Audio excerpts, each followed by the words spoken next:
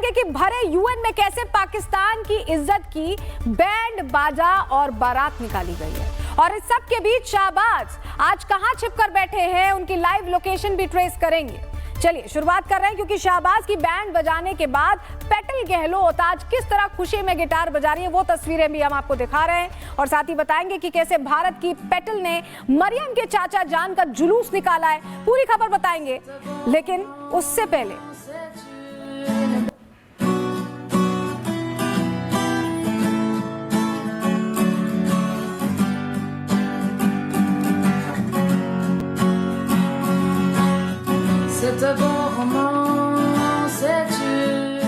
तो पेटल ने कायदे से बाजा बजाया है और कैसे बजाया आपको बताएंगे, आपको तस्वीर दिखाते हैं सबसे पहले। लेकिन बरेली की, जहां पर बड़बोले मौलाना के चक्कर में योगी फोर्स को अपनी लाठी निकालनी पड़ गई है और उसके बाद जो हुआ तस्वीरें खुद बता रही हैं। तस्वीर देखिए।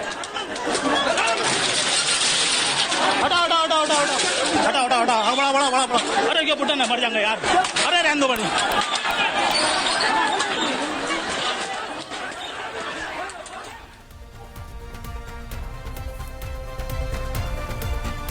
अब योगी ने कट्टरपंथियों का जो इलाज किया है, उसके बाद लोग आई लव योगी जी कह रहे हैं। लखनऊ में इस तरह के पोस्टर्स लगा दिए गए, जो तस्वीर में आप देख रहे हैं। पोस्टर में साफ साफ लिखा है I love Yogi ji, I love bulldozer. और अब ये तस्वीरें क्या उन तस्वीरों का जवाब हैं जहां उकसाने के लिए कैंपेन चलाया जा रहा है?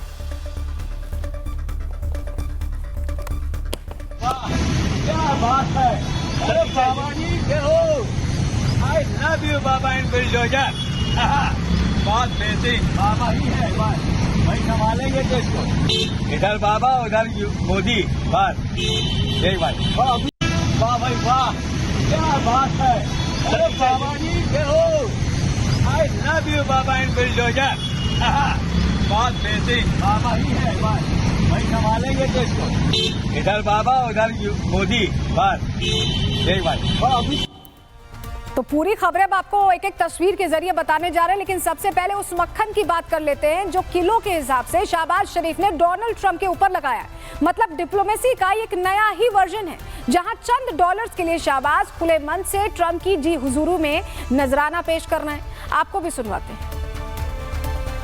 Pakistan nominated him for Nobel Peace Prize, and I think this is the least we could do for his love for peace, and I think truly he's a man of peace. Trump को मक्खन लगाते लगाते शहबाज इतना खो गए कि वो ये भी भूल गए कि उन्हें क्या बोलना चाहिए और कितना बोलना चाहिए। और इसी भूल में वो भारत के जेट्स गिराने की भी बात करने लगे, और तो और खुद को ही जीत का तोहफा भी दे दिया। पहले ये बयान सुनिए, फिर पाकिस्तानियों की कुछ तस्वीरें आपको दिखाते हैं। Excellencies, we have won the war, and now we seek to win peace.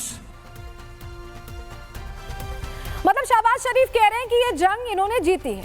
हालांकि ऐसा ये 1965 और 1971 को लेकर भी कहते रहे हैं, लेकिन सच क्या है वो हम सभी जानते हैं।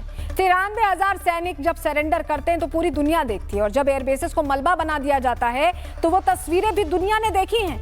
नूर खान एयरबेस से लेकर रफीकी, मुरीद के, भोलारी, इन एयरबेसेस का क्या हाल हुआ था।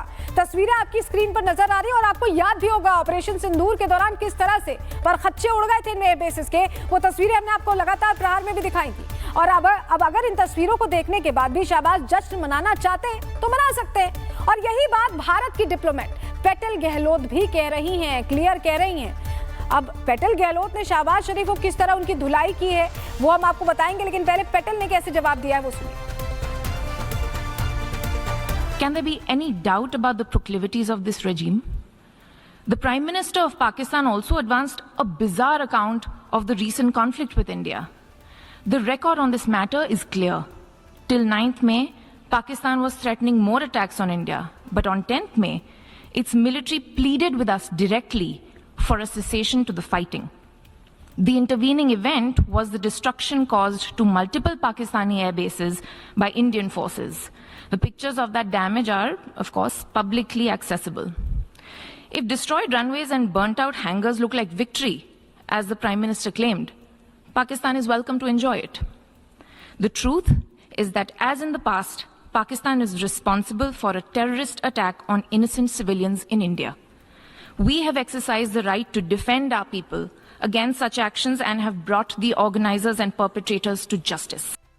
बताएंगे कि भरे यूएन में कैसे पाकिस्तान की इज्जत की बैंड बाजा और बारात निकाली गई है, और इस सब के बीच शाहबाज आज कहां छिपकर बैठे हैं, उनकी लाइव लोकेशन भी ट्रेस करेंगे। चलिए शुरुआत कर रहे हैं, क्योंकि शाहबाज की बैंड बजाने के बाद पेटल गहलोत आज किस तरह खुशी में गिटार बजा रही है, वो तस्वीरें भी हम आपको दिखा रहे हैं, और साथ ही बताएंगे कि कैसे भारत की पेटल ने मरियम के चाचा जान का जुलूस निकाला है। पूरी खबर बताएंगे, लेकिन उससे पहले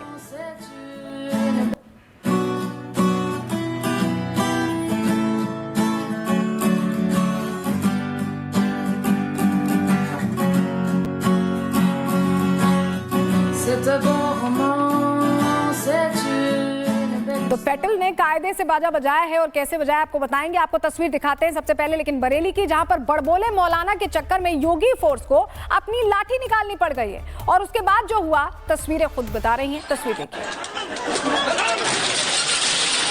हटा बड़ा अरे क्या बुढ़ा ना मर जाएंगे यार, अरे रहने दो बड़ी।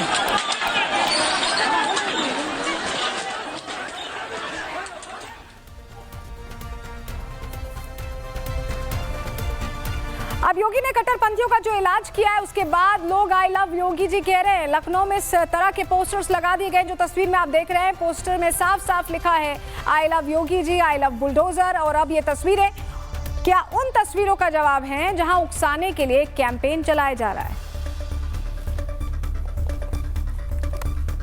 वाह, क्या बात है।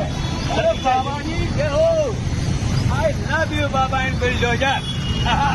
बहुत बेहतरीन, बाबा ही है, बस भाई संभालेंगे तो इसको।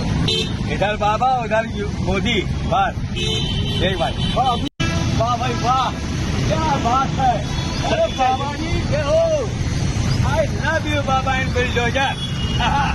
बहुत बेहतरीन, बाबा ही है, बस भाई संभालेंगे तो इसको। इधर बाबा उधर मोदी, बस एक बार। तो पूरी खबरें अब आपको एक एक तस्वीर के जरिए बताने जा रहे हैं, लेकिन सबसे पहले उस मक्खन की बात कर लेते हैं जो किलो के हिसाब से शहबाज शरीफ ने डोनाल्ड ट्रंप के ऊपर लगाया।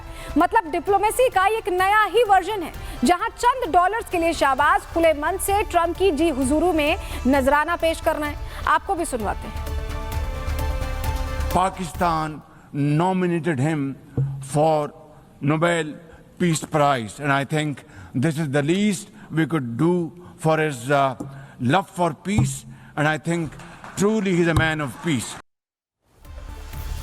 ट्रंप को मक्खन लगाते लगाते शहबाज इतना खो गए कि वो ये भी भूल गए कि उन्हें क्या बोलना चाहिए और कितना बोलना चाहिए, और इसी भूल में वो भारत के जेट्स गिराने की भी बात करने लगे, और तो और खुद को ही जीत का तोहफा भी दे दिया। पहले ये बयान सुनिए, फिर पाकिस्तानियों की कुछ तस्वीरें आपको दिखाते हैं। Excellencies, we have won the war, and now we seek to win peace. मतलब शहबाज शरीफ कह रहे हैं कि ये जंग इन्होंने जीती है। हालांकि ऐसा ये 1965 और 1971 को लेकर भी कहते रहे हैं, लेकिन सच क्या है वो हम सभी जानते हैं। 93,000 सैनिक जब सरेंडर करते हैं तो पूरी दुनिया देखती है, और जब एयरबेसेस को मलबा बना दिया जाता है तो वो तस्वीरें भी दुनिया ने देखी हैं। नूर खान एयरबेस से लेकर रफीकी, मुरीद के, भोलारी, इन एयरबेसेस का क्या हाल हुआ था।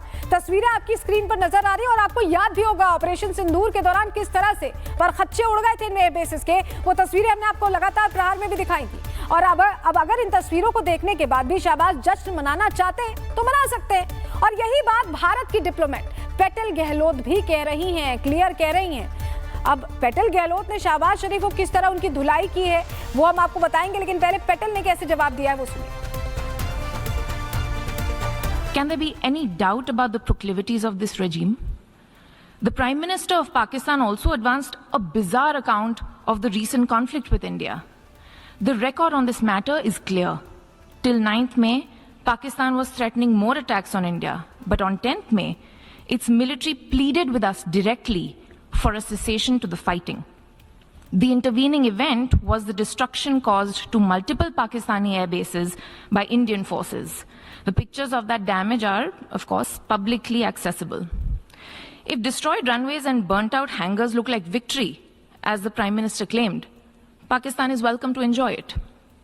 The truth is that, as in the past, Pakistan is responsible for a terrorist attack on innocent civilians in India. We have exercised the right to defend our people against such actions and have brought the organizers and perpetrators to justice.